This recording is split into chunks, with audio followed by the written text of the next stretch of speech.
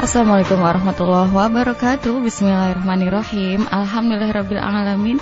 Allahumma sholli ala Sayyidina Muhammad wa ala ali Sayyidina Muhammad. Sahabatku semuanya yang senantiasa dalam keberkahan ya. Semoga di Jum'ah yang penuh dengan keberkahan ini tetap semangat dan tetap penuh dengan kesyukuran. Baik, seperti biasa sahabatku, setiap Jumat pagi kita akan belajar bersama bagaimana memanage rumah tangga yang sakinah, mawaddah warahmah, sehingga ada nuansa surga di dalam rumah tangga kita. Baik, di rumah ke surga aku ya setiap hari Jumat. Hari ini pastinya Jumat ya, di tanggal 21 Zulqa'dah 1434 Hijriah. Dan kita sudah memasuki 27 September 2013. Seperti biasa bersama Buya Yahya Zainul Ma'arif ya, kita bakal belajar bersama bagaimana memanage rumah tangga. Hari ini sahabatku, kita mau ambil satu tema. Tatkala pasangan kita sakit, apa yang harus kita lakukan? Tetap stay ya di 92,9 FM Cirebon. 92,9 FM Radioku Inspirasi Sepilat Hati yang dipancarluaskan dari kawasan Majelis Pengembangan Dakwah Al-Baja, Sendang, Sumber, Cirebon. Baik, terima kasih untuk Anda yang selalu stay di 92,9 FM Cirebon ya, yang mendengarkan melalui audio frekuensi kami. Dan apa kabar Muti menyapa sahabat-sahabat yang sudah mengakses audio streaming kami ya di www.buyayahya.org, www.inspirasihati.com, di tunein.com, dan juga di radiokuonline.com. Pagi hari ini Muti bersama Ajay Ramadan. Assalamualaikum warahmatullahi wabarakatuh Ajay. Waalaikumsalam warahmatullahi wabarakatuh. Pagi Ajay. Pagi. Semangat pagi kan? Alhamdulillah, subhanallah. Luar biasa pagi hari ini aja ya. Iya. Dan kesegaran pagi hari ini semoga berdampak baik juga untuk sahabat-sahabatku yang mendengarkan 92,9 FM Cirebon. Aja, pagi hari ini kita mau ambil satu tema yang sangat menarik. Apa itu temanya? Kadang hal ini yang tidak terpikirkan pada saat mungkin terucap ijab kabul ya. Iya. Yaitu tatkala pasangan kita sakit. Tatkala pasangan kita sakit atau berpenyakit. Tadi kata dokter siapa? Dokter Durar ya. Antara sakit dengan berpenyakit kan beda. Kalau sakit mungkin sifatnya sementara ya, misalnya sakit flu gitu kan. Iya. Terus dan yang lainnya dalam kurun waktu tertentu bisa sembuh ya dia. Tapi kalau berpenyakitan artinya ya long time gitu kan, panjang waktunya, butuh waktu yang panjang dan butuh pengobatan. Waktu untuk berobat. Iya, ada kalanya pada saat ijab kabul itu fine-fine aja, sehat walafiat. Tapi pada saat pertengahan atau juga dalam proses menjalankan berumah tangga, Allah memberkahi satu ujian yang sangat luar biasa. Pasangan kita sakit gitu kan, sakit yang sangat-sangat luar biasa juga mungkin ya, sebagai proses ujian dari Allah. Itu misalnya ada yang stroke gitu kan, ada yang diabetes, terus juga jantung, terus juga beragam penyakit yang lainnya, sehingga menjadikan sang pasangan ini, suami kah atau istri itu, menjadi tidak mampu lagi berfungsi maksimal dalam arti melayani suami. Untuk istri ya, untuk suami juga mungkin tidak maksimal lagi sebagai seorang rumah tangga gitu kan ya, kepala rumah tangga. Nah, jika kita mendapati salah satu pasangan kita sakit gitu kan, dan divonis dokter itu bukan tidak sembuh, artinya ya butuh waktu yang lama gitu kan. Butuh proses untuk penyembuhan. Nah, mungkin seperti begitu. itu dibutuhkan kesabaran. Ada yang putus asa, akhirnya mengambil tindakan yang tidak baik gitu kan. Nah, kita pagi hari ini belajar bagaimana menyikapi jika pasangan kita sakit.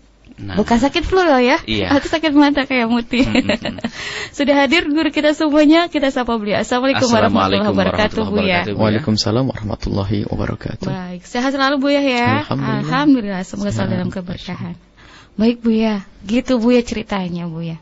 Ada kalanya rumah tangga itu kan beragam ujian dari Allah Buya ya. Ada yang kekurangan ekonomi, ada yang masalah akhlaknya. Kalau yang sekarang diuji sama Allahnya itu dengan salah satu pasang itu sakit, dan sakit menahun Buya, tak kunjung, bukan tidak sembuh ya Buya ya, belum sembuh gitu. Nah, akhirnya kan tadi tidak bisa berfungsi secara baik segala hal. Mesti harus bagaimana? Bismillahirrahmanirrahim. Assalamualaikum warahmatullahi wabarakatuh. Waalaikumsalam warahmatullahi wabarakatuh. Alhamdulillah, wassalatu wassalamu ala Rasulillah Sayyidina Muhammad bin Abdillah wa ala alihi wa ashabihi wa mawalah, amma ba'd.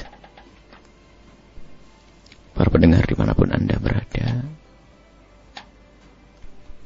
Alhamdulillah, mari kita terus bersyukur kepada Allah atas segala nikmatnya.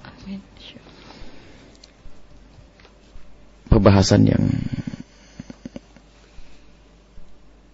sungguh kita butuhkan, Iya Bu ya. yaitu membahas di saat pasangan itu berpenyakit. Bahkan juga di saat pasangan itu sakit. Iya. Yang tidak bisa sabar di saat pasangan sakit, tentu tidak akan sabar di saat pasangan berpenyakit. Iya. Sebab sakit itu sesaat-sesaat, itu pun kadang tidak sabar. Tapi harus ada kaidah yang harus dihadirkan sebelum itu semuanya. Yaitu, tidak ada alasan berbuat dolim di dalam sebuah rumah tangga. Itu poin pertama Bu ya. Itu adalah kaidah. Kaidah. Artinya tidak boleh ada kedoliman di dalam sebuah rumah tangga. Sehingga untuk menghindari kedoliman itu ada disyariatkan di dalam Islam namanya perpisahan yang ma'ruf. Perpisahan yang ma'ruf. Imsak bil ma'ruf atau tasrih bi ihsan. Artinya kalau seorang istri di bawah naungan seorang suami, atau begitu sebaliknya, suami yang masih sambung dengan seorang istri, maka tidak ada lain jika bersama harus dengan imsak bi ma'ruf. Imsak bil ma'ruf. Artinya harus benar-benar hidup bersama yang baik. Jika tidak mungkin itu semua, karena hal-hal yang sifatnya hati atau sifatnya jasmani, yang menjadikan ketidaknyamanan pun tidak diperkenankan berbuat zalim, akan tapi tasrih bi ihsan, ternyata ada perpisahan yang baik di situ. Iya. Bagaimana perpisahan yang baik yang tidak mengundangkan celah, akan tapi terus perhatian tetap saja berlangsung. Baik, ini adalah keindahan Islam. Sehingga tidak ada orang di bawah naungan seorang suami ditindas, diseksa, dihinakan, disakiti dan seterusnya, enggak ada itu semua. Iya. Baik. Nah, kadang seseorang memang menemukan kekurangan. Dan bukan kadang, pastilah seseorang menemukan kekurangan. Di hadapan pasangannya, kekurangan itu kadang dibesarkan, bahkan menjadi satu alat, satu sebab untuk selalu direndahkan, dicaci dan dimaki. Astagfirullah. Dan itu ada. Sementara kelebihan yang lain tidak pernah terlihat. Seolah-olah pasangan tersebut tidak pernah punya kekurangan. Baik. Padahal semua dari kita itu punya kekurangan. Dan kalau orang bisa faham makna ini, akan mudah untuk memahami kekurangan pasangan. Ya. Dan sakit itu sendiri memang kekurangan secara lahir, tapi secara batin adalah kelebihan, karena Allah akan mengampuni dosa pasangan. Subhanallah. Akan mengangkat derajatnya, dan ada akan menjadi sebab pengkabulan doa ada bersamanya. Amin. Kalau ada seorang suami mempunyai istri yang sakit-sakitan sepanjang hidupnya, maka ketahuilah, hormati dia, muliakan dia, sesungguhnya pengkabulan doa ada bersamanya. Wali ya Bu ya. Dikasih Allah wali. Begitu sebaliknya. Jika seorang istri punya seorang suami yang sakit-sakitan sepanjang hidupnya, maka ketahuilah, di saat sehat, maka itu adalah kunci, adalah keberhasilan nanti di akhirat. Di saat seorang istri bisa berkhidmah kepada suami yang sehat, sungguh itu adalah pahalanya besar. Ya.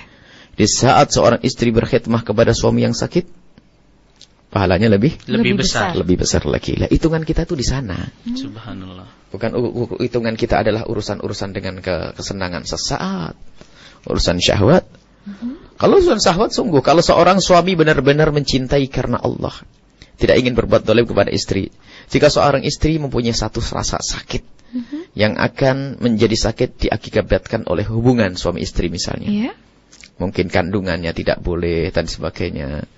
Sehingga mohon maaf, sehingga karena tidak bisa hamil lagi menurut medis, kan ada sebagian begitu. Ada. Tidak bisa hamil lagi menurut medis, sehingga harus melakukan kontrasepsi yang syar'i. Ada kontrasepsi yang tidak syar'i kan? Iya. Itu pun ternyata seorang suami akan legowo. Bahkan suatu ketika seorang suami menemukan istrinya divonis tidak bisa melahirkan. Apakah itu alasan untuk menjadi permusuhan? Tidak. Ya tidak dong. Yang menjadikan sebab tidak melahirkan siapa? Allah. Itu semuanya. Kenapa harus dijadikan bahan untuk bermusuhan? Kalau hanya berbangga-bangga di dunia dengan anak, berapa tahun kita akan berbangga dengan anak? 60 tahun, 40 tahun berbangga dengan anak. Dan setelah itu akan selesai kisahnya. Baik. Jadi yang harus kita jadikan standar nanti adalah akhirat. Ukuran kita adalah akhirat kita. Nah, cuman mohon maaf, kadang ada syahwat dan sebagainya. Syahwat. Kalau memang orang karena Allah, mungkinkah ia akan bangkit syahwat di saat istrinya sakit, iya kan? Atau seorang istri ternyata bangkit syahwatnya di saat menemukan suaminya sakit, harus meladeni dan sebagainya. Bahkan mungkin sudah menjadi dingin karena apa? Disibukkan dengan suaminya, dan ini berjuang karena Allah Subhanahu wa taala. Baik. Ini yang harus. Dan kalaupun ternyata tidak bisa, atau mungkin mohon maaf karena namanya syahwat, ada kebutuhan-kebutuhan yang tidak bisa terwakili, ternyata tidak alasan untuk berbuat zalim, menelantarkan istri, tidak bisa. Tetap harus dirawat dan dirawat dan dirawat. Tetap dan dirawat. Ini kunci dulu. Ada masalah solusi cerai dan sebagainya. Apakah haruskah seperti itu? Habis mandi sepah dibuang. Dulu waktu sehat diterawat, setelah sakit lalu dibuang begitu saja. Coba pikir hati nurani itu. Tidak hanya pikir, kemudian hadirkan hati nurani. Pantaskah seorang laki-laki soleh yang laki-laki baik habis mandi sepah dibuangkan begitu? Nah, di saat cantik dikumpul, dirangkengkoh, di saat sudah sakit, kemudian macam-macam, Allah dibuang begitu saja. Itu tidak masuk dalam ukuran akal ahli iman. Sehingga kalau orang sudah takut kepada Allah Subhanahu wa taala, hal-hal semacam ini akan mudah diselesaikan. Di saat istri sehat atau di saat istri sakit. Tidak baik. Nah, ini yang harus dipahami bahwa kunci bahwasanya tidak ada alasan untuk berbuat zalim di dalam sebuah keluarga. Di saat seorang istri sakit, tolonglah wahai para suami, Anda harus paham sakit itu. Tapi ada lain lagi, mohon maaf sebelum lupa. Apa tuh ya? Adalah berbohong di dalam sakit. Ini banyak, bukan sedikit. Maksudnya berbohong di dalam sakit? Karena cari perhatian seorang wanita pura-pura sakit. Na'udzubillah. Dan itu akan dihinakan oleh Allah. Seorang suami ini. Awas, hati-hati ini. Ada berpura-pura sakit hanya karena cari perhatian dari sang suami. Ataupun karena satu hal. Sebaliknya. Itu adalah tidak dibenarkan sama sekali dan itu dusta. Dan itu tidak akan mengundang kasih sayang di dalam rumah tangga. Ya, kebohongan. Ya. Dan Allah tahu. Allah yang menciptakan, misalnya seorang istri bohong sakit. Allah tahu. Karena dia berbohong akan diberikan kepada sang suami hati yang tidak kasih. Sehingga apa? Malah ngeluh dan akhirnya apa? Ditinggal begitu saja di saat sakit beneran. Ya, karena dia pernah berbohong. Dan ini bukan jangan dianggap tidak ada. Ada. Sampai seorang suami mengeluh. Seorang suami mengeluh bahasanya, di saat saya ada, istri saya sakit. Padahal tadi katanya, sehat. Jalan-jalan. Sehat, ini dan sebagainya. Di saat ada saya sakit. Bagaimana itu sakit beneran? Kan begitu. Perhatian ini. Masya Allah. Jadi, kalau seandainya seorang istri menolak untuk bergaul dengan suaminya karena satu hal, katakan terus terang. Dengan bahasa yang indah. Mohon maaf. Kan kita sudah ajarkan pada pertemuan-pertemuan yang lalu, seorang wanita harus aktif, inovatif. Jika tidak bisa melayani suaminya dengan cara di tempat itu, mungkin dengan bercumbu dengan ini, dengan itu, kan bisa sampai puas sang suami. Ini kecerdasan seorang istri. Tapi jangan sampai berbohong. Ini. Jadi ada dua. Berbohong sendiri termasuk zalim. Zalim kepada dirinya, zalim kepada pasangan dengan cara berdusta, berbohong. Di sisi lain memang jangan sampai ada orang berbohong sakit, pura-pura sakit dan sebagainya. Allah Maha tahu dan akan diberi penyakit beneran itu orang. Karena apa? Haknya sangat besar kepada seorang suami. Bahkan seperti halnya seorang anak kepada ibundanya. Bagaimana bohong kepada ibundanya? Haknya suami amat besar di hadapan sang istri. Makanya jangan sampai ada istri yang berbohong atau sebaliknya seorang suami. Alasannya sakit hanya karena malas kerja dan mau cari nafkah. Akhirnya istrinya suruh bekerja. Di saat istrinya keluar dari pintu kerja langsung dia sehat, buat kopi sendiri ini. Giliran istrinya datang sudah pakai selimut. Ini adalah manusia hina itu, berdusta, berbohong. Baik, dua-duanya tidak dibenarkan. Berbuat zalim tidak boleh, berbohong juga tidak boleh. Kalau memang sakit benar katakan sakit. Dan sakit pun ada mohon maaf ada berbeda-beda loh sakitnya ya. Ya. Kalau orang sakitnya sakit misalnya sakit gigi, apa ada hubungannya dengan mohon maaf urusan seksual? Nggak ada kan? Tidak ada. Barangkali mungkin bahkan dengan cara bercumbu, bersenang-senang dengan istri akan berkurang itu rasa sakit. Mestinya kan begitu.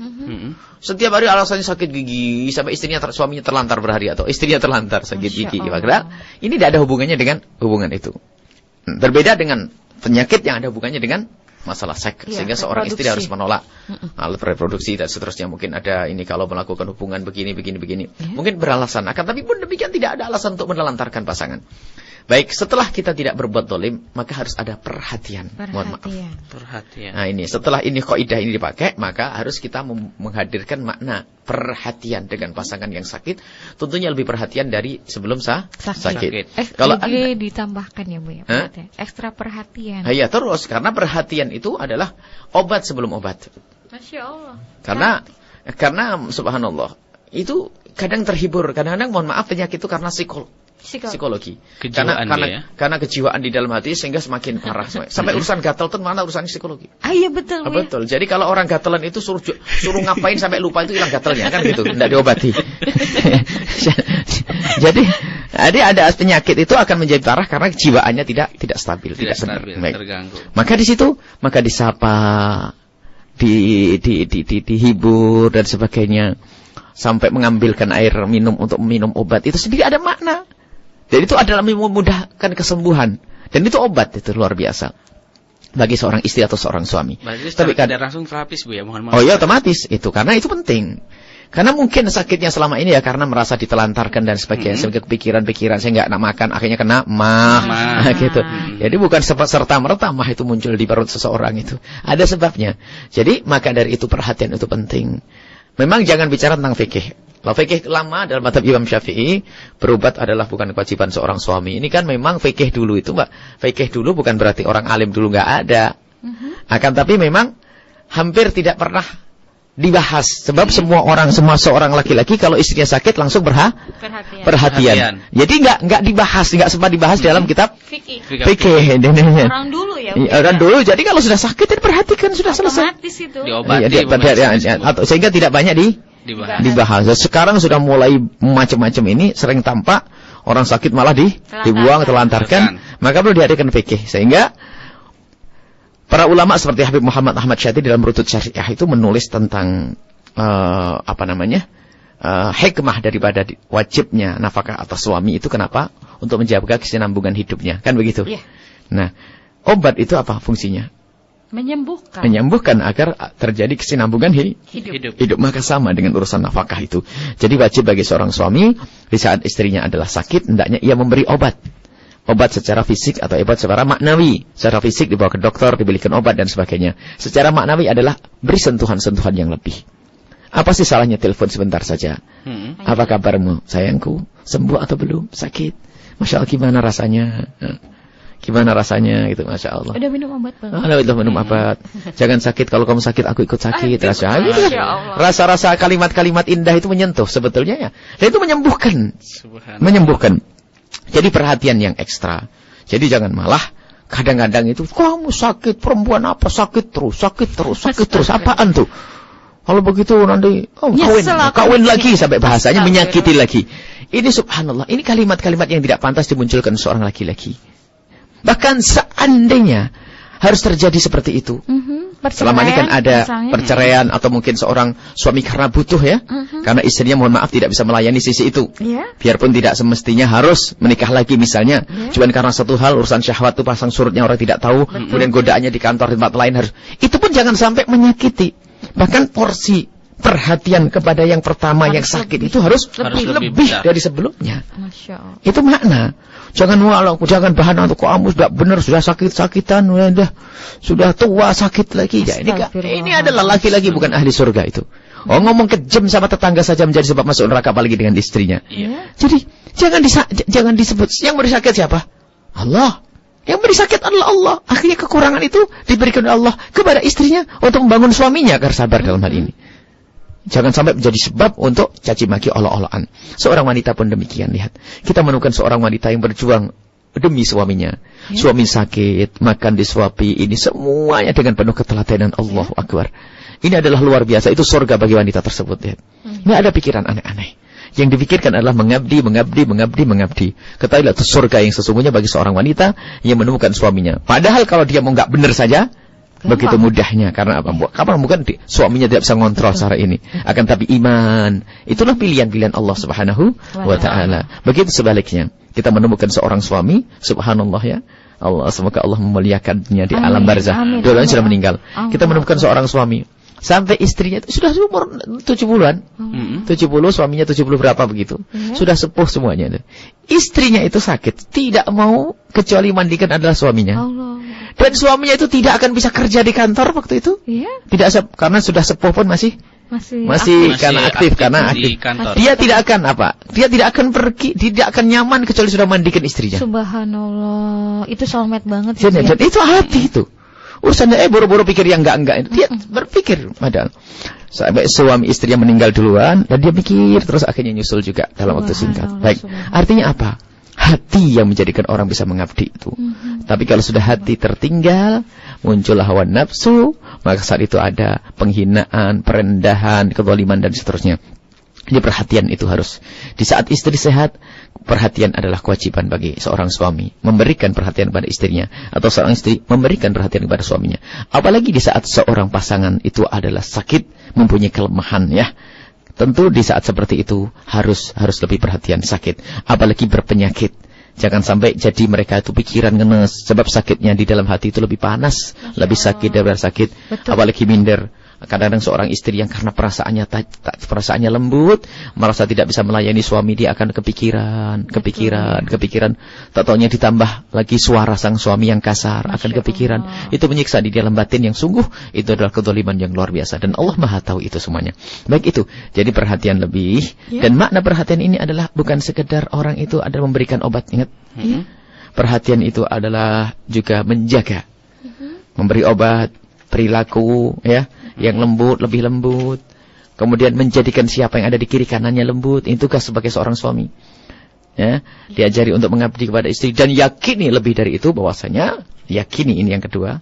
Bahwasanya Allah subhanahu wa ta'ala berfirman, Abdi maridtu falam ta'udni. Dan ana indal, dan hadis qudsi yang lainnya, ana indal munkasirati qulubum. Yang pertama adalah Allah berfirman, wahai hambaku, aku sakit, kau tidak kunjungi aku. Akhirnya hamba itu bertanya, ya Allah, bagaimana engkau sakit, engkau Rabbul Alamin? Dijawab oleh Allah bahwasanya, hambaku si fulan sakit, kau tidak peduli kepadanya, padahal aku bersamanya. Artinya apa? Kalau kita minta doa dekat kepada orang sakit, maka itu sebab dikabulnya doa oleh Allah. Karena Allah bersama orang-orang seperti itu.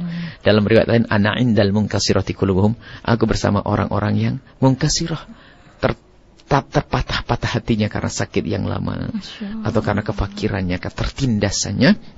Ketahuilah, orang-orang seperti ini adalah tempat dikabulnya doa Allah Subhanahu wa ta'ala. Maka jika seorang suami mempunyai seorang istri yang sakit, berdoalah yang banyak. Minta doa, wahai istriku. Doakan. Dan itu adalah, kalau bahasa dulu itu jimat, itulah. Artinya apa? Itulah keramatnya di situ. Iya, keramatnya ada di situ. Kemuliaan ada di situ. Dan yakini ini semuanya. Dan kalau kita yakin urusan akhirat, mudah urusan dunia, urusan syahwat dan sebagainya. Baik. Mohon maaf, ini harus dihadirkan. Jadi yakini bahasanya itu adalah pahala yang berlipat ganda. Kita berbuat baik kepada orang yang ada di luar adalah pahalanya. Menolong orang sakit di luar ada pahalanya. Akan tapi ternyata jauh lebih banyak. Ini istri adalah jauh lebih banyak. Cuman permasalahan adalah hawa nafsu. Ya. Kalau teman kerjanya sakit dia perhatian. Tapi giliran istrinya sakit dia cuek. Karena merasa jenuh, duduk saja di sampingnya nggak mau. Karena Masya Allah, kadang ibunya sakit. Ada seorang ibunya sakit, dia merasa tidak nyaman. Lebih senang kalau bayar orang. Bolehlah bayar orang untuk melengkapi pengabdiannya. Akan tapi utamakan pengabdian dulu. Yang bisa kita, Masya Allah, ibu kita tidak pernah jijik dengan kita jijik. Begitu juga dengan pasangan kita, hati-hati, jangan sampai kita melakukan kezaliman. Berbuat zalim dengan orang yang ada di luar adalah dosa gede, apalagi berbuat zalim kepada orang-orang yang dekat kepada kita, apalagi yang telah melahirkan anak-anak kita. Subhanallah. Semoga Allah menjaga kita semua. Amin. Jadi ini, jadi yakini bahasanya di situ ada pahala. Kemudian yang ketiga, yang berapa? Yang keempat ya. Yang keempat adalah yakini bahwasanya dengan adanya orang sakit di sebuah rumah adalah sebab diampuni dosa oleh Allah di tempat itu dan sebab turunnya rahmat Allah Subhanahu wa ta'ala. Baik ya nih. Jadi para kekasih Allah dulu kalau sakit ini mereka bersyukur, senang. Kalau tidak diberi sakit seminggu saja mereka menangis ya.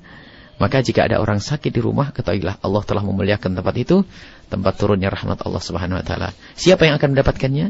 Orang-orang yang peduli, berkunjung dan perhatian kepada orang yang sakit. Dan ketahuilah kezaliman yang sangat zalim adalah berbuat zalim dengan orang-orang yang seperti itu.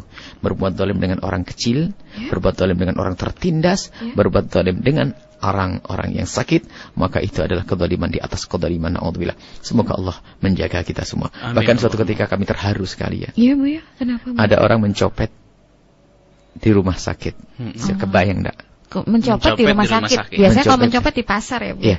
Jadi ada orang kehilangan uang di rumah sakit. Rumah sakit diambil. Allah, bagaimana teganya manusia itu. Iya.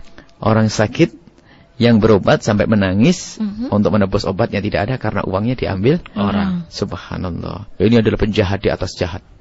Kalau berbuat jahat merampok di pasar adalah jahat, apalagi merampok di tempat-tempat seperti itu. Makanya kalau ada dokter yang nggak jujur itu, lihat, naudzubillah, itu daftar ke neraka paling dalam itu. Itu. Tidak wajib beli obat, harus beli obat. Tidak harus operasi, harus operasi. Rumah sakit pun ternyata rumah surga. Rumah sakit itu adalah sakit di dunia. Tapi bagi pengelola dan yang bekerja di situ adalah ahli surga semua kalau paham. Tapi kalau mau menjadikan orang sakit itu adalah sarana untuk penyakit, itu sarana untuk meres. Sebab kalau orang sakit itu, kalau yang penting sembuh. Apalagi seorang ibu itu akan ngomong, yang penting anakku sembuh. Bayar berapa saja, apapun dibayar. Dan ini adalah kesempatan untuk mencekik. Dan ketahuilah, yang berbuat dolim di tempat ini, maka ketahuilah nerakanya paling dalam. Maka kami selalu mengingatkan kepada anak-anak yang mau belajar ilmu kedokteran dan sebagainya. Ini adalah tempat surga loh ya itu. Surga yang luar biasa loh ya, namanya kedokteran itu. Tapi juga pintu neraka yang sangat lebarnya. Kalau orang bekerja di tempat seperti itu menjadi dokter, tapi dengan penuh kejujuran, jangan beli resep kalau tidak harus beli resep. Jangan membayar sesuatu kalau tidak harus Kalau jasa Anda sih wajar dibayar. Tapi kadang karena ketamaannya sudah bayar jasanya, dia harus membuat resep-resep palsu karena sudah kerjasama dengan apotik, obatnya nanti tambah. Ini sudah hitungan untuk beli kontrakan mobil, untuk menyelesaikan kontrak kredit rumah dan sebagainya. Sehingga masuk itu adalah dokter ahli neraka, sudahlah. Sama di pesantren pun ada kiai ahli neraka. Kita rata kalau mukul itu semuanya harus kena. Di pesantren ustaz ahli neraka ada. Cuman lihat, kalau masalah sakit kita kembangkan itu. Jangan sampai menjadi dokter yang memanfaatkan penyakit. Itu adalah mencari kesempatan di balik kesempitan seseorang. Itu naudzubillah, tentu adalah kejahatan yang luar biasa. Dan kadang-kadang subhanallah, ya, kadang-kadang subhanallah yang sepanjang itu sampai suatu ketika dikit-dikit operasi. Ya. Dikit-dikit operasi. Ternyata bicara ke dokter lain, oh tidak harus operasi itu. Jadi manusia hanya untuk jadi dimanfaatkan untuk itu semuanya. Naudzubillah, dan itu adalah dosa. Nah, ini adalah berkenaan dengan urusan dokter dan sebagainya. Semoga dokter-dokter kita juga ahli surga yang paham. Baik, itulah seorang suami pun demikian. Kalau berbuat zalim kepada orang sehat saja, berbuat zalim kepada istri yang sehat sudah dosa. Apalagi berbuat zalim kepada istri yang sakit. Berbuat zalim kepada suami yang sehat adalah dosa. Apalagi berbuat zalim kepada suami yang sakit. Ini saja Allah. Subhanallah, Bu ya, terima kasih untuk mukadimahnya. Dan aja ya, sangat luar biasa. Pagi hari ini kita belajar untuk bagaimana memperlakukan pasangan dengan mulia. Baik, dan sahabatku, terima kasih untuk radio-radio yang sudah menelan 92,9 FM Cirebon. Terima kasih untuk Radio Samara di 96,2 FM Tulung Agung, Radioku 104,8 FM Kuningan, Radio Azam di 103,5 FM Karimun Kepulauan Riau, Radio Darul Mustafa Lumajang, Jawa Timur. Dan ada sahabat kita juga di Radio Madinatus Salam 90,9 FM Banjar, Kalimantan Selatan, Radio MBS FM 107,7 Gresik dan di 107,9 FM Blitar, Radio Wadi di Sukabumi, dan untuk sahabat kita juga yang ada di radio streaming Alif Lampung. Tak tertinggal ya, ada Radio Panua 103,8 FM Pahuwato, Gorontalo. Dan beberapa radioku yang beberapa radio maksudnya sudah mulai 92,9 FM Cirebon. Kita bakal beri sahabatku ya untuk ada semuanya yang selalu stay di 92,9 FM Cirebon. Baik sahabatku, masih dari kawasan Majelis Pengembangan Dakwah Al-Bahjah Sedang Sumber Cirebon, dan informasi waktu untuk Anda yang membutuhkannya. Saat ini jam di studio kami sudah menunjukkan pukul 6:24 aja ya. Jam-jam segini biasanya jam sibuk nih ya, khususnya bagi ibu rumah tangga, remaja putri, mesti ngoprek dapur menyiapkan sarapan ya. Dan menjadi sedih saat sang istri tidak bisa melakukan hal itu, Jay, karena kondisinya sedang sakit. Nah, seperti itu. Semoga tetap semangat ya, dan segera Allah sembuhkan. Amin. Dan jangan lupa doakan kami. Tadi yang seperti Buya sampaikan, keramat, berkahnya ada di situ. Ajimat, masya Allah. Baik, dan bagi Anda yang pastinya sakit itu nggak enak ya, Jay, ya, nggak nyaman, pastinya juga kita pengen hidup sehat, bisa lebih maksimal lagi beribadah ya. Tapi tadi yang sakit bukan berarti lantas pesimis ya. Karena ada kelebihannya, orang sakit ada kelebihannya, orang sehat juga ada kelebihannya gitu kan ya. Ingin tetap sehat mesti harus menjaga kesehatan ya. karena mencegah itu lebih baik daripada mengobati. Nah, ada informasi tentang sehatku, Jay? Ada. Silakan aja. Baik, sahabatku, informasi pertama di Cirebon. Ikuti bukan seminar biasa bersama guru kita Buya Yahya dan 9 dokter dalam acara Sehatku Off Air. Ya. Mencegah lebih baik daripada mengobati. Itu tema yang bakal diusung aja. Oke, terus? Unduh ilmu dari pakarnya bersama Buya Yahya, beliau akan membahas sehat dalam perspektif Islam. Iya. Dr. Ahmad Qayyim, MM, sehat itu mudah dan murah. Betul. Dr. Ricardi Wicaksono Alibasah, SPOG, akan membahas kanker serviks dan pencegahannya. Iya. Dr. Tresnawati, SPB, spesialis bedah. Kanker payudara dan pencegahannya. Iya. Dr. Ediel Sanif, SPJP, tips agar jantung sehat. Ya. Dr. Wizhar Samsuri, SPPD, penyakit degeneratif dan pencegahannya. Iya. Dr. Wawan Hermawan, SPA, anak. pentingnya imunisasi bagi anak. Ya. Dr. Dur Nasik, Dr. Gigi Hilda Safi'i, kesehatan gigi ala Rasulullah SAW. Dengan moderator Dr. Rio Adi Wicaksono. Dan meriahkan Mahabah Marawis akan dilaksanakan pada hari Ahad tanggal 8 Zulqa'dah 1434 Hijriah, ya. 13 Oktober. Zulqa'dah apa Zulhijjah ya, Jay? Zulhijjah. Iya, bukan Zulqa'dah kan? Bukan. Oke, terus lanjut. 13 Oktober 2013 Masehi, bertempat di Convention Hall Grage Hotel Jalan R.A. Kartini nomor 77 Cirebon, pukul 8 pagi sampai 16 sore. Waktu full day ya? Barat. Ya, iya. Full day, dan investasinya murah sahabatku ya. Berapa tuh? Hanya Rp100.000 saja, Anda sudah mendapatkan makan siang, ada snack juga, sertifikat, dan di sana ada banyak bingkisan serta hadiah, Jay. Wah, dari mana itu? Baik, pastinya ada banyak sponsor yang sudah mendukung kita ya untuk tetap hidup sehat ya. Terima kasih untuk radioku pastinya ya. Radioku. Ada sahabat-sahabat kita juga di Rumah Sakit Umum Daerah Arjawinangun, Rumah Sakit Bedah Medimas, ada Rumah Sakit Tangkil, ada sahabat-sahabat kita juga yang sudah turut mendukung di Patriot Motor untuk BMT Global Insani juga.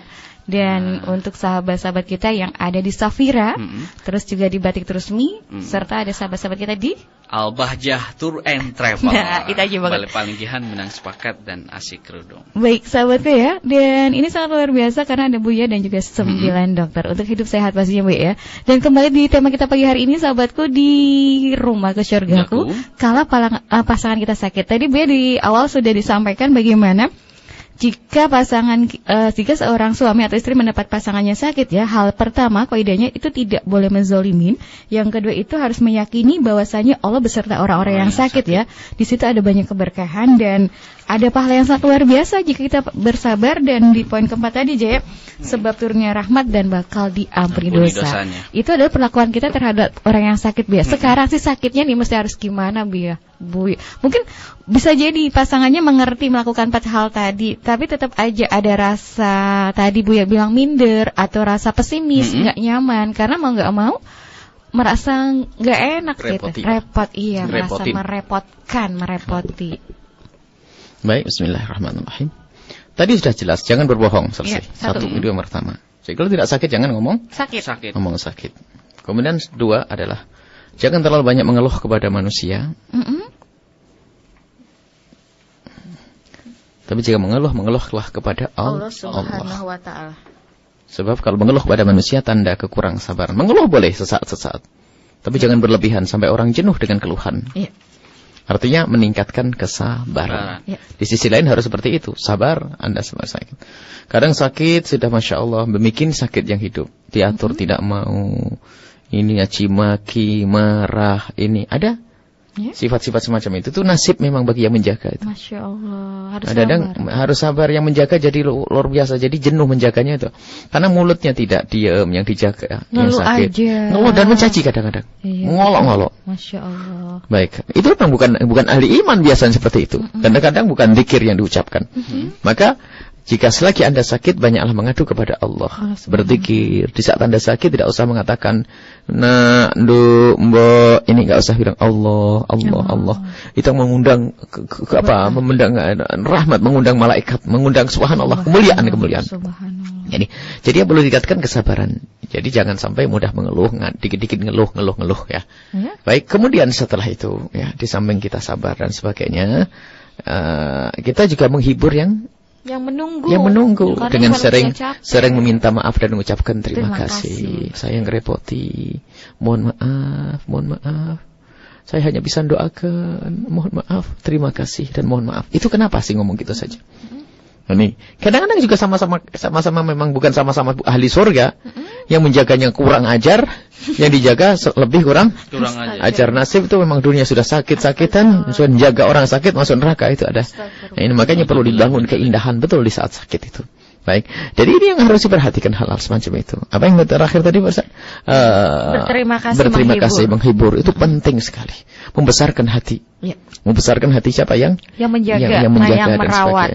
Justru sebetulnya yang merawat, Bu, ya, yang sangat luar biasa. Oh, yang merawat soalnya terima kasih karena dengan dia itu, dengan yang sakit itu Allah memberikan. Makanya sering kita ngisi di rumah sakit. Hei suster, apa sih salahnya? Kalau sambil senyum gitu aja, sambil nepuk pundaknya ibu-ibu yang jaga loh ya. Iya. Karena ini kemudian nyapa dengan senyum, itu pahala. Cuman kadang-kadang kita guyon nih, kok banyak suster enggak seneng pahala, manyun tok ketawa nih. Katanya bener tuh. Arisannya di rumah sakit. Aduh, Masya Allah. Padahal itu pahala luar biasa. Kenapa senyum saja kok susah? Ini baik. Baik, Bu, ya. Dan emang subhanallah, Bu, ya, kadang yang namanya, karena bedanya yang merawat itu kan sehat, punya aktivitas yang lain kan. Kadang emang agak menjenuhkan, jenuh ya, Ji, kalau harus merawat orang yang sakit, apalagi yang sakitnya parah kan. Nah, ini dibutuhkan kesabaran, Bu, ya. Makanya mesti harus dihibur yang merawat juga. Iya, yang merawat itu penting. Makanya suster-suster itu, kalau suster atau dokter saja, kalau tiba-tiba memegang pundaknya bapaknya menjaga anaknya sakit, Pak, Masya Allah sabar. Itu lihat senengnya kayak apa. Cuman dokternya gayanya Masya Allah, semerut itu. Jadi kumisnya biar berdiri begitu. Iya. Banyak pasien juga itu dokter yang jarang ngaji itu. Dokter banyak ngaji insyaallah. Jadi enggak seperti itu. Harus kalimat indah. Bisa ada pasien disambut, Masya Allah. Pasien datang, Ibu gimana, baik, Bapak baik, Masya Allah, dihibur. Kita juga menemukan subhanallah dokter itu mulutnya tidak diam, ngibur Dok dari awal akhir tuh. Omongannya nyenengin, ya Allah, ini pahala tok. Lebih dari zikir loh ya. Masya Allah. Karena apa? Menyenangkan orang itu luar biasa. Lebih dari zikir tuh. Saya Ibu nggak apa-apa loh penyakit gitu mah kecil. Kadang-kadang sampai bahasa ini tangga Allah kan ngampuni ini. Insya Allah lah kecil bagi Allah untuk menyembuhkan. Padahal menurut dokter penyakitnya adalah memvonis mati. Waduh, vonis mati. Subhanallah. Itu adalah dokter-dokter ahli surga nih. Coba. Amin, insyaallah. Insyaallah yang dengar dokter hari ini insyaallah dokter ahli surga nih. Baik, dan kita juga sempat ngobrol dengan dokter-dokter aja ya. Bahasa sesungguhnya 80% pengobatan itu adalah dari psikolog ya, dari psikolog kejiwaannya sendiri. Iya, dari yang namanya sugesti katanya ya. Keyakinan. Nah, dan orang-orang sekelilingnya juga yang mendukung kesembuhan. Memang iya, itu baik tadi makanya memotivasi seorang suami harus memberikan motivasi ke dalam. Dan memang kadang-kadang seorang itu pergi ke dokter enggak disontek enggak apa-apa. Enggak sembuh. Harus disontek. Lah bilang enggak sakit, disontek kasih air sus gitu. Sembuh nanti. Jangan Ibu ya, masa kasih air. Enggak, artinya apa? Memang ada perlu namanya psikologi itu dibangun dari dalam betul. Makanya dari suami memberikan semangat hidup.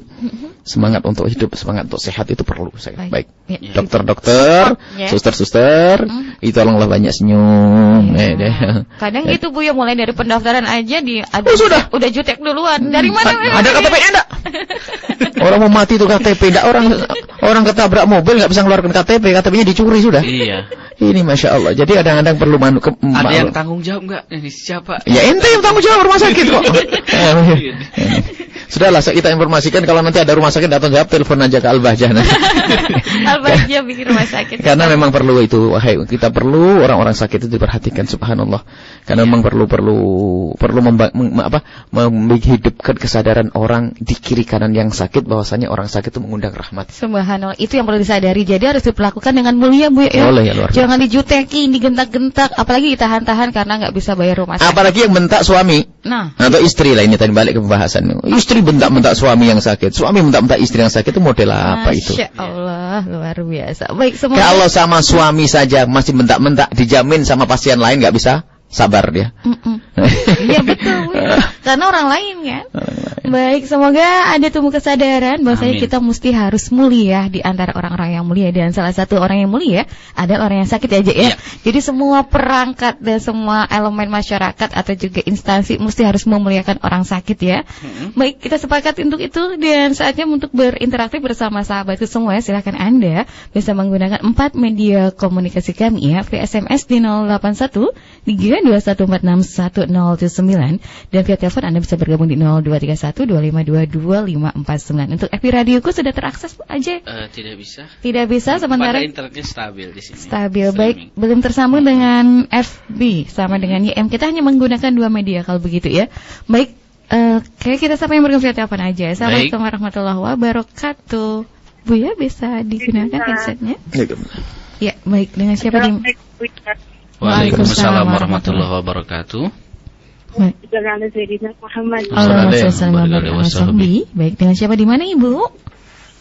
Bersama Siti Khadijah di Bode. Ibu Siti Khadijah di Bode. Baik, Ibu silakan langsung sambung bersama Bu ya. Iya, mau nanya tentang seluk-beluk bunda. Apa Ibu? Maksudnya tuh bunda tuh dari mana gitu, terus pernah nontonnya di mana gitu, siapa. Buyanya ketawa ya. Baik, Muti tahu deh biografinya Bu ya. Nanti Ibu bisa baca ya di websitenya Bu ya.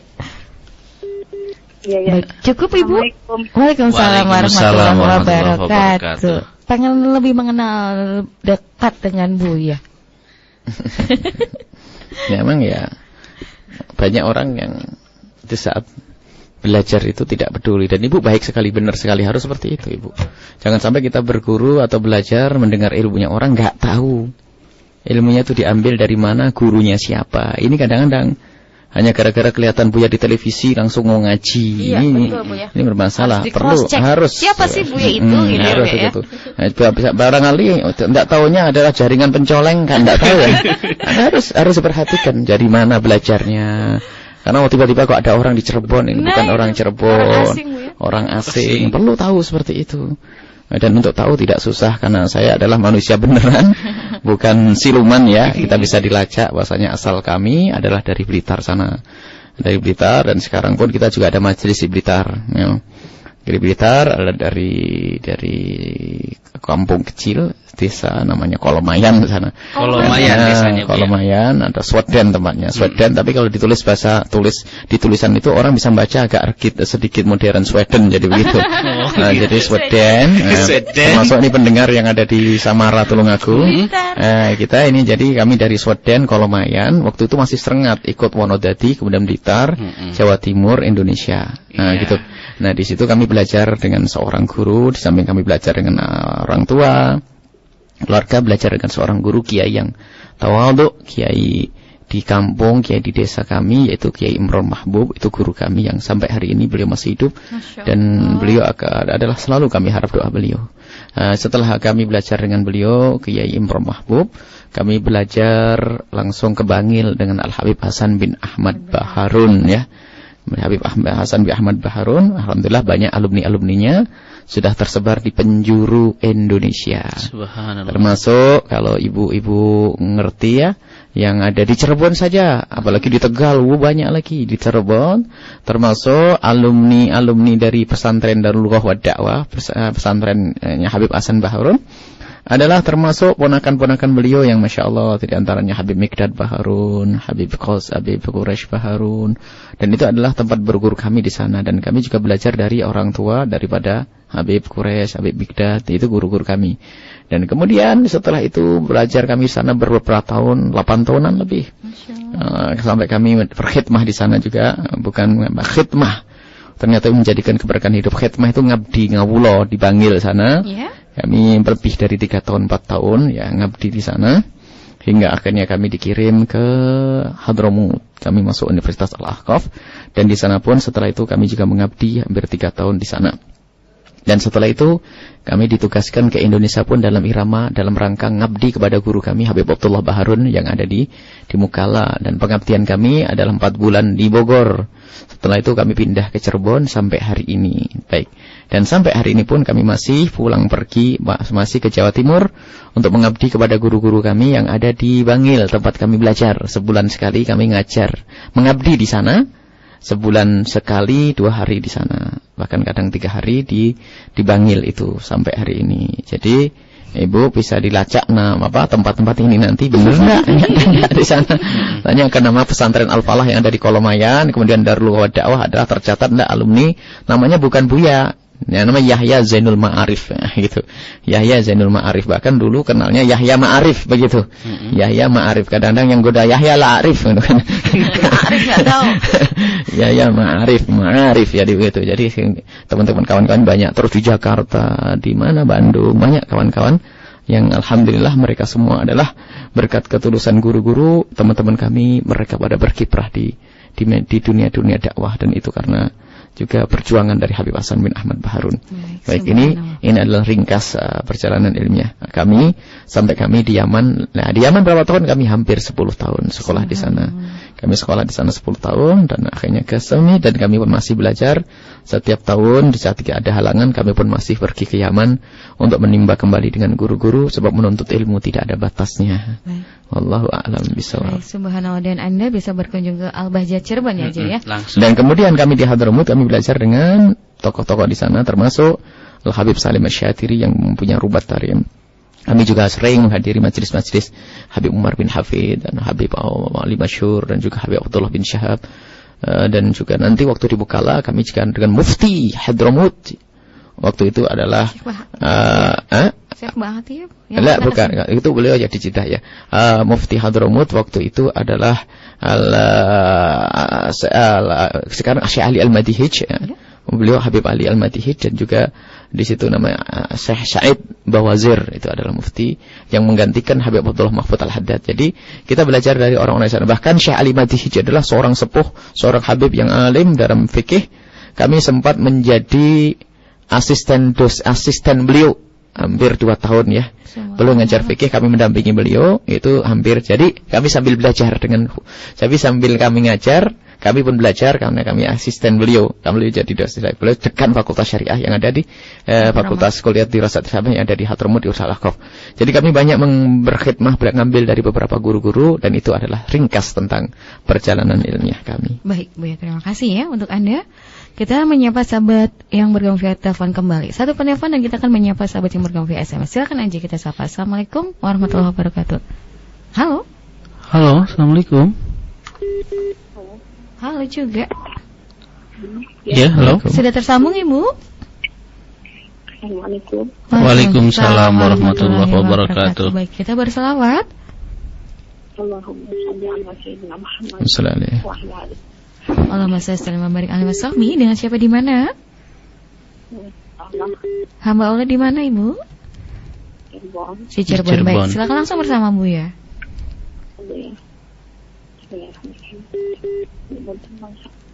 Halo Ibu, suaranya lebih bisa dikeraskan? Iya. Ini mau bertanya, manakah seorang suami itu menyuruh istrinya untuk membantu mencari uang? Membantu mencari uang? Agar bisa anaknya itu sekolah. Agar bisa anaknya sekolah. Baik, Ibu cukup. Zolim kah? Dia juga menuruti perintahnya itu. Kenapa Ibu bisa diulang? Ya, istrinya itu perlu menuruti perintah dari suami yang baik, itu enggak baik, itu. Baik, ya. Baik. Cukup Ibu. Soalnya suami menyuruh orang menyuruh istrinya itu untuk mencari uang itu untuk mensekolahkan anaknya. Tapi suaminya cari uang atau tidak? Cari. Berarti diminta dibantu ya. Oke, Ibu cukup. Ada yang lain? Baik, sudah terputus aja. Terima kasih untuk hamba Allah sudah bergabung Bu ya. Kita langsung menyapa. Jika ada seorang suami berarti meminta bantuan istri ya untuk membantunya mencari uang untuk sekolah anak-anaknya. Apakah istri perlu menurutinya? Dan zolimkah seorang suami yang melakukan hal tersebut? Gitu ya. Baik. Bismillahirrahmanirrahim. pada dasarnya, atau yang harus kita pahami, bahwa seorang wanita itu tidak perlu mencari nafkah selagi masih mempunyai seorang suami. Yang berkewajiban mencari nafkah adalah suami. Akan tapi di saat suami itu tidak mampu, maka seorang istri sangat besar nilainya di hadapan Allah, kemuliaan Allah, jika membantu sang suami. Tapi ingat, istri membantu itu martabat yang kedua, tidak dibebani. Membantu, dan membantu itu adalah satu kemuliaan, khidmah kepada suami. Jangan ini kan bukan kewajiban saya cari nafkah. Nah, ini sudah nggak indah lagi, sudah hidup itu. Jadi ternyata seorang istri itu harus membantu karena mungkin kurang pemasukan dari sang suami, itu kemuliaan. Bahkan pernah terjadi pada zaman Nabi, suaminya tidak punya pekerjaan, tidak punya penghasilan.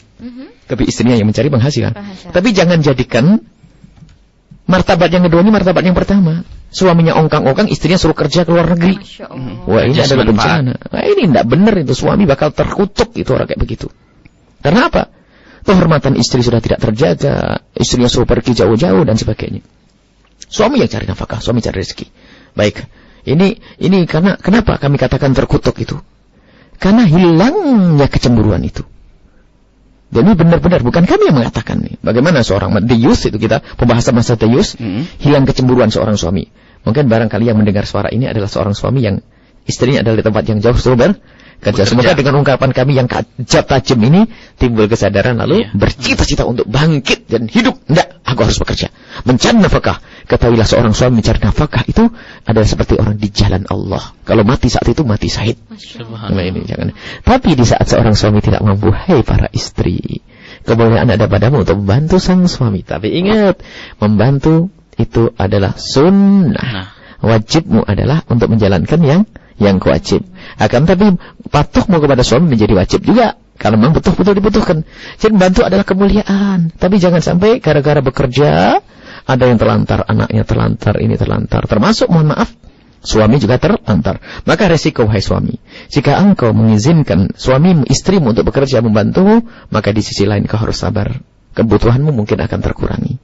Karena seorang istri yang capek mungkin melayani suami adalah kurang dan seterusnya dan seterusnya. Jadi jika istri bekerja itu tidak apa-apa, bukan sesuatu yang hina dan rendah. Tapi ingat, kerjaannya terhormat, tanpa kehilangan, tanpa harus ada yang ditinggalkan kewajiban-kewajibannya.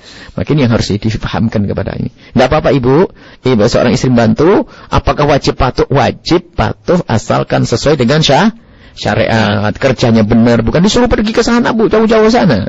Wah, ini alhamdulillah itu. Kan sih mungkin suaminya membuat toko, ya kan? Istrinya sambil jualan, istrinya bantu jualan. Suaminya jual apa saja, istrinya yang masak, bantu masaknya, jual. Nah, sini tidak ada masalah, bantu begitu indah. Malah sebaik-baik pekerjaan itu seperti itu. Setiap hari bisa melihat suaminya, melihat istrinya, indah itu. Dan nanti jangan eker-ekeran, ini kan bukan kerjaanku, sudah tidak indah dalam rumah. Termasuk wahai para suami, biarpun itu bukan pekerjaanmu, apa salahnya sih melakukan, apalagi di saat istri sakit tadi ya. Kenapa sih menggantikan sehari 2 hari untuk memopokin membersihkan pup anaknya, mengasihkan pampas dan sebagainya. Cuman kadang seorang suami itu sombongnya luar biasa. Bukan kerjaan saya, sana. Istrinya sudah sakit, demam, jantungan, paru-paru, ada macam-macam. Itu masih suruh pampas, dan itu betul nasib seorang istri kayak begitu tuh, punya suami ahli neraka kayak gitu tuh. Jadi kita wahai para bapak, para suami, jika engkau menemukan seorang istri yang butuh bantuan pun, ketahuilah Anda harus membantunya, ketahuilah pahalanya ada di hadapan Allah SWT. Baik, ya, terima kasih. Dan kita langsung menyapa sahabat yang bergabung melalui SMS aja ya. Iya, silahkan. Aku yang baca? Silahkan. Baik, kita menyapa sahabat kita yang ada di 303. Assalamualaikum warahmatullahi wabarakatuh, Bu ya. Waalaikumsalam warahmatullahi wabarakatuh. Muti dan Aji juga yang dimuliakan Allah SWT. Amin. Amin Allahumma. Ada hamba Allah di Cirebon, Bu ya, mohon maaf. Sekarang kan teman pasanganku sakit. Yang ingin kami tanyakan, bagaimana caranya untuk mengobati pasangan sakit hatinya, karena kesalahan yang kita lakukan agar hal tersebut tidak menjadi bumerang. Sakit hati apa sakit? Sakit hati ternyata, Bu ya. Nah, tidak menjadi bumerang dalam rumah tangga. Jadi ini temannya yang suami itu sakit hati sama teman rumah tangga temannya. Kita tidak akan bisa menjawab di sini kecuali tahu sebabnya apa sih sakit hatinya. Kadang ada orang itu yang sakit hati karena hatinya kotor, gampang tersinggung. Ya. Itu nggak bisa disembuhkan, dia sendiri cari obatnya. Ada orang udah tersinggung, dikit-dikit tersinggung. Ada orang model begitu, jadi nggak bisa ya. Kalau kita lihat tuh, kalau memang yang buat sakit adalah karena pasangannya, mungkin harus membuat pendekatan. Satu, kalau sudah tahu pasangan seperti itu, kita harus lebih sabar. Tapi sisi lain pasangan harus diberi pemahaman agar tidak mengulang kesalahan itu. Makanya kita itu ada setiap semua yang menikah itu, kami himbau itu ikut kumpulan ya, kumpulan pembinaan. Cuman ada yang bebel juga sih. Sudah hadir masih saja nggak benar di rumah tangganya. Ini adalah bebel bener itu. Kalau kalian ngomong ke anak-anak kami itu tidak apa-apa. Tolonglah didengar pengarahan-pengarahan dari Buya itu. Jadi suami istri harus begini, saling ngerti, saling memahami, saling maafkan, saling menegur, saling ini. Ini kan perlu pendidikan yang terus yang tidak ada putusnya. Cuman kami ngomong lah, kalau ada anak-anak kami ngadu itu malah bukan saya sanjung, tak bebelin itu. Ini sudah dengar ceramah tidak mau menerapkan itu. Jadi permasalahan kadang-kadang ego yang menguasai diri kita, sehingga kita tidak peduli dengan pasangan, sakit tidak sakit, yang penting aku senang. Itu adalah keluar dari konsep keindahan. Padahal konsep keindahan berbunyi apa? Rumus keindahan berbunyi bahwasanya gimana pasanganku senang. Jangan berpikir tentang kesenanganku. Gimana pasanganku senang. Nah, itu adalah yang harus kita hadirkan. Baik, itu jadi yang bertanya, kami tidak bisa mengatakan apa-apa, karena bisa saja teman Anda yang sakit hati itu orang yang mudah tersinggung, sensitif. Dikit-dikit tersinggung. Dan ketersinggungan ada yang sambung sama Muti tadi, biasanya ada juga karena keminderan. Minder. Ada. Minder itu ada. Misalnya seorang laki-laki gara-gara di PHK, kerjaannya hilang, minder, emosi. Semestinya tidak seperti itu. Justru di saat tidak punya kerjaan, itu semakin mendekat kepada istri untuk sering minta maaf dan sebagainya. Cuman minder, protes, tersinggung. Istri hanya tanya, abang punya duit tidak? Tanya itu kan tidak ada masalah, cuma dihubungin. Enggak ada kerjaan kok tanya-tanya. Lah sudah kalau tidak punya duit semestinya lebih lembut dong. Lu kok malah bentak? Istrinya tuh tanya, sungguh barangkali punya tabungan, ada orang ngasih duit, kan pertanyaan wajar. Cuman ini kadang-kadang sensitif manusia kayak gitu tuh. Nah, kita menemukan ada satu orang, rupanya pekerjaannya tuh hilang, nggak punya kerjaan dan sebagainya. Cuman perilakunya berubah, sensitif. Lah ini adalah dungu. Harusnya. Semestinya dia itu malah sering meminta maaf, bagaimana bareng-bareng dan sebagainya. Dan ditanya oleh pasangannya itu dikit tersinggung. Iya, saya tidak punya kerjaan. Iya, saya begini. Tanya biasa, akhirnya istrinya pun akhirnya emosi. Setelah emosi jadilah berantem. Jadi perlu ditinjau kembali siapa itu. Mungkin yang sakit hati orang sensitif. Kalau yang sakit hati itu adalah orang yang normal benar, maka apa yang perlu dibenahi adalah pasangannya satu. Yang kedua adalah orang yang sakit hati itu sendiri. Dengan cara apa? Menghibur hati, dengan menatah hati, meningkatkan kesabaran, ketulusan kepada pasangan, maka secara otomatis yang namanya sakit hati akan berkurang hilang nanti. Amin, insyaallah. Jangan bensin ketemu api aja ya, tapi api ketemu air. Api harus ketemu air ya. Iya. Jadi mati kan. Baik, lanjut. Kita menyapa sahabat di 050. Assalamualaikum warahmatullahi wabarakatuh. Waalaikumsalam warahmatullahi wabarakatuh. Allahumma shalli ala sayyidina Muhammad. Allahumma shalli wa sallim wa barik alaihi wasallam. Baik, untuk Buya, kita mau nanya, apakah kalau ada orang yang sakit kita mengurusinya dan mengingatkan untuk senantiasa berdoa untuk sabar dan ikhlas dalam menerima sakitnya, diingatkan juga untuk sholat, tapi yang sakit tidak mau sholat. Nah, tapi kita tetap mengurusinya. Apakah Allah ada pada orang yang sakit yang seperti itu yang nggak mau sholat? Dan apakah kita mendapat ridho Allah dalam mengurusinya? Syukran Buya. Iya benar Buya, yang sakit nggak sholat. Ada. Baik, sekarang begini, orang sakit tidak sholat. Itu tinggal bagaimana cara sholatnya. Kadang itu kita ini karena kurang ilmu, orang sakit itu tidak diberi ilmu sholat yang gampang. Iya. Padahal sholatnya adalah semampunya. Cuman karena mungkin belajarnya adalah belajaran setengah-setengah, sehingga orang sakit direpotkan. Orang sakit boleh menjamak dalam sholatnya. Jangan dibikin dia ketakutan dengan air, karena urusannya adalah urusan penyakit yang takut dengan air. Sehingga mikir kena air nih, apalagi nanti wudhu lagi, capek lagi, waktu minum obat dibangunin lagi. Kita harus tahu, kalau kita ternyata kita menemukan orang sakit tidur di waktu maghrib, ya sudah biarkanlah. Nanti dibangunin waktu isya, sholatnya dikumpulin, selesai. Itu jangan sampai kita menjadikan mereka itu merasa takut. Biasanya orang yang tidak sholat itu dari awalnya salah kita membawanya. Nah, jadi membawanya salah. Menyuruh sholatnya marah-marah, ini sudah kadang-kadang dengan bahasa kasar. Ternyata bahasa lembut pun tidak cukup, dengan ilmu yang benar. Lembut, sholat. Sampai dipampang, dibawa kemana? Ke kamar mandi, keberatan begini, gedak. Kenapa harus kamar mandi? Siapa yang menyuruh dia harus kamar mandi? Pakai tayammum berarti Bu ya? Ya? Bisa pakai tayamum. Apa? Oh ya bisa saja nanti lihat. Baik. Jadi harus ada ilmunya yang diterapkan harus, yang sakit. Harus ada jadi ilmu-ilmu yang gampang, ilmu yang menjadikan orang sakit itu mudah untuk melakukan ibadah. Kemudian kalau ternyata dia sudah diberi pengarahan dan sebagainya, tetap tidak mau, orang sakit beda dengan orang yang sehat.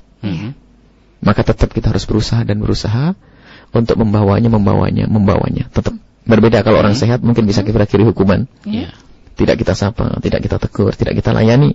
Karena orang sehat. Tapi orang sakit, dia adalah tetap kita, karena dia lemah, fisik. Kita berharap bahwasanya nanti kalau mati masih dalam keadaan la ilaha illallah. Tapi kalau seorang sehat, awas hati-hati. Gak ada perlunya kita memberikan pertolongan orang sehat yang tidak sholat. Allah alam bisawab. Baik, terima kasih Buya. Dan pertanyaan berikutnya kita sapa kembali via SMS aja ya.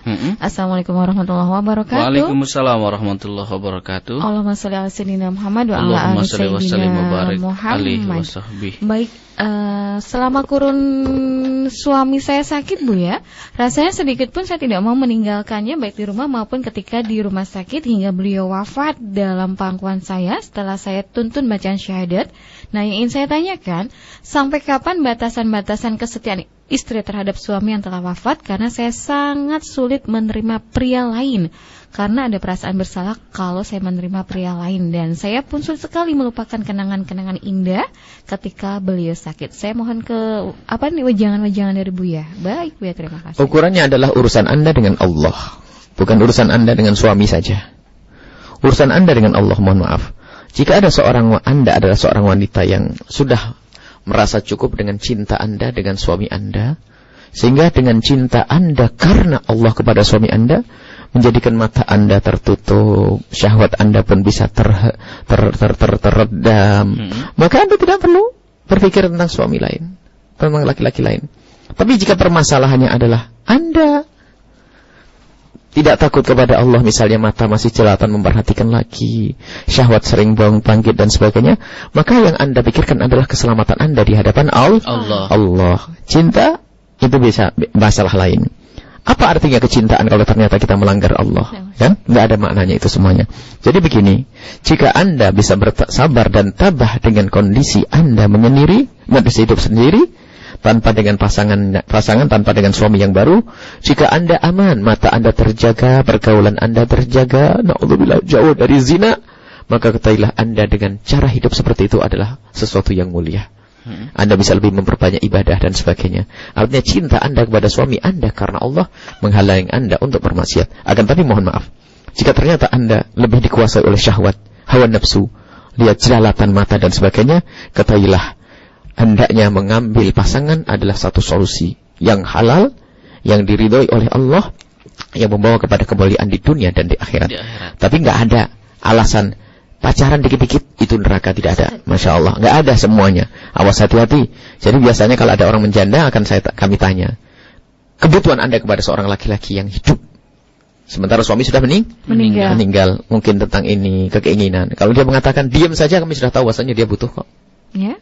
Karena kadang-kadang kebutuhan itu tidak bisa diceritakan. Sebab kebutuhan yang satu itu tidak bisa diwakilkan kepada siapapun. Harus dengan seorang suami. Maka kalau memang Anda seorang wanita yang mohon maaf, Anda sering bangkit syahwat dan sering bayangkan laki-laki, kelihatan laki-laki, maka menikahlah dengan cara yang benar, bukan dengan cara pacaran. Cari laki-laki yang baik, soleh, baru Anda menikah dengannya. Adapun cinta Anda dengan suami akan dijaga oleh Allah nanti di akhirat. Akan dipertemukan lagi dalam keadaan diridhoi oleh Allah Subhanahu wa ta'ala. Tapi sekarang, kebutuhan Anda agar tidak maksiat dengan mata, maksiat hati, maksiat zina dan sebagainya, Anda harus mengambil pasangan. Jika itu model Anda, keadaan Anda yang mengukur diri Anda sendiri, ukurannya adalah Allah. Baik, subhanallah. Dan sebagai penutup Buya 646. Assalamualaikum warahmatullahi wabarakatuh. Waalaikumsalam. Ya, baik, kita menyapa ada sahabat kita di Tulung Agung, ada Ian di Tulung Agung. Allahumma sholli ala sayyidina Muhammad wa ala ali sayyidina Muhammad. Baik.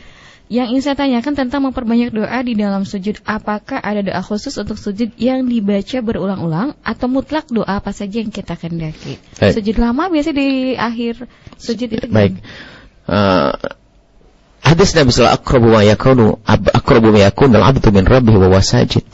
Fa'aktiru fi du'a. Nabi pernah mengingatkan, paling dekatnya seorang hamba dengan Tuhannya adalah di saat bersujud. Maka perpanjanglah doa di dalam sujud, ini mutlak doa apa saja.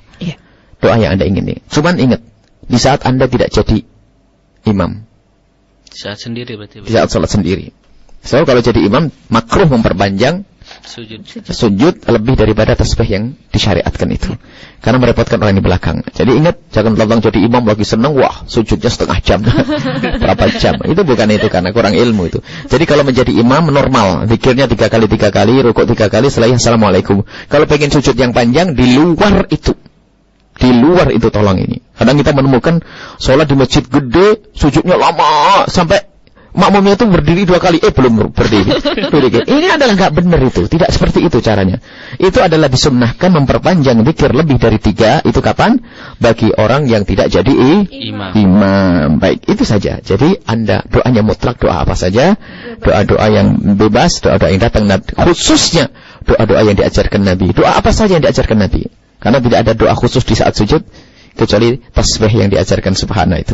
Baik. Terima kasih. Ada banyak pertanyaan yang bergabung melalui SMS Center ya, cuman waktunya pas banget. Ya, telepon juga banyak ya. Insya Allah nanti kita sambung lagi di kesempatan yang lainnya ya di Rumahku Syurgaku. Bu ya, menumbuhkan empati bagi pasangan yang mendapati pasangan sakit. Bisa diberitahu clue-nya Bu ya? Sederhana ya. Kalau hubungan karena Allah akan muncul itu semuanya. Dan bisa tidak ada muncul itu berarti hubungan bukan karena Allah. Itu sederhana. Berarti menghadirkan Allah dalam hati. Terus karena dia sadar bahwa ini pahala dari Allah. Makanya jika ada orang tidak punya empati kepada pasangannya, tidak ada punya kepedulian kepada pasangannya, padahal dia adalah yang telah melahirkan 5 anaknya. Padahal dia yang telah mencarikan nafkah untuknya. Padahal dia adalah yang Masya Allah membantu menemani dalam hidupnya. Ternyata kok tidak muncul rasa empati itu, maka ketahuilah dia tidak kenal Allah Subhanahu wa taala. Allah akan murka kepada orang itu. Jadi kunci itu adalah untuk menumbuhkan itu adalah dekatlah kepada Allah, takutlah kepada Allah. Bahwasanya kita aniaya kepada pasangan, menelantarkan pasangan, membiarkan pasangan adalah ada hukumannya di hadapan Allah Subhanahu wa taala. Kemudian yang kedua adalah fahamilah makna keindahan itu apa. Keindahan itu apa? Keindahan itu adalah sebetulnya kalau orang paham di saat kita bisa menyenangkan orang-orang yang kita cintai. Bukan di saat kita mencari kesenangan diri. Alangkah indahnya senangnya orang adalah di saat kita bisa berbuat baik kepada orang lain. Itu cinta. Kalau orang senang karena kebaikan orang lain kepada kita, itu bukan cinta. Coba Muti kalau dikasih duit senang atau tidak? Senang Bu ya. Nah, kan? Ya, senang. Biarpun yang ngasih duit orang tidak kenal. Apakah itu makna cinta? Bukan. Tidak ada. Akan tapi lihat, kalau orang mencintai itu adalah berkorban. Kami contohkan sederhana. Seorang ibu. Iya Bu ya. Menjelang hari raya Idul Fitri, anaknya minta baju, nggak punya duit. Iya. Pikir nggak punya duit. Akhirnya ingat anting yang yang patah, yang selama ini kesimpan ketemu, dijual akhirnya. Setelah jual bisa beli baju. Tanyakan kepada ibu itu senang atau tidak? Senang. Padahal duitnya hilang loh ya. Iya. Lah itulah makna cinta.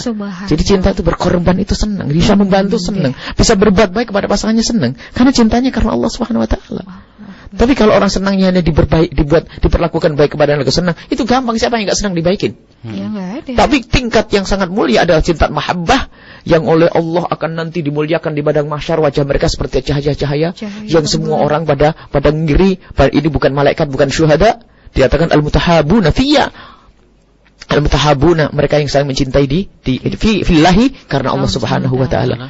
Ini adalah orang yang mencintai. Kayak gitu itu. Yang Nabi nyala-nyala wajahnya, semua orang pada ngiri siapa dia. Fi mana birin nar, minan nur, fi mana birin nur. Dan di mimbar di cahaya-cahaya. Itu adalah orang-orang yang saling mencintai karena Allah Subhanahu wa taala. Itulah kuncinya, dan semoga dengan itu semuanya kita bisa benar-benar dengan pasangan semakin indah. Dan jangan lupa minta maaf. Yang minta maaf siapa?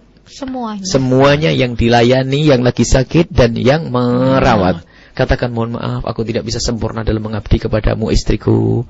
Mohon maaf, aku sering meninggalkan kamu. Mohon maaf, kamu sakit, aku kadang-kadang harus bekerja. Mohon maaf. Kata maaf itu indah, menghibur hatinya. Baik, ini saja.